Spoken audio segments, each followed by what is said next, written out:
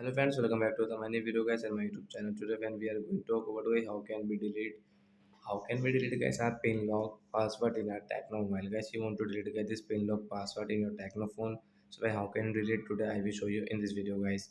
So before starting video fan, first of all go and subscribe the channel guys. Click the bell icon, like my video. So first of all guys, open your phone setting to delete this pin lock. So we will on our phone setting, then guys scroll it friends, you can see this tab of setting, and scroll again friends, you can see phone security setting guys, tap here guys, again scroll guys, you can see your pin lock setting guys, screen lock setting, and guys you can see guys enter your password, then friends you can see this non option, so friends tap here to delete it, then guys your pin lock will delete, and guys you can see there is no any pin, then guys you can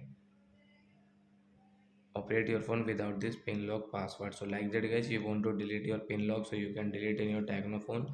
So that's it guys, thanks for watching the video, bye guys.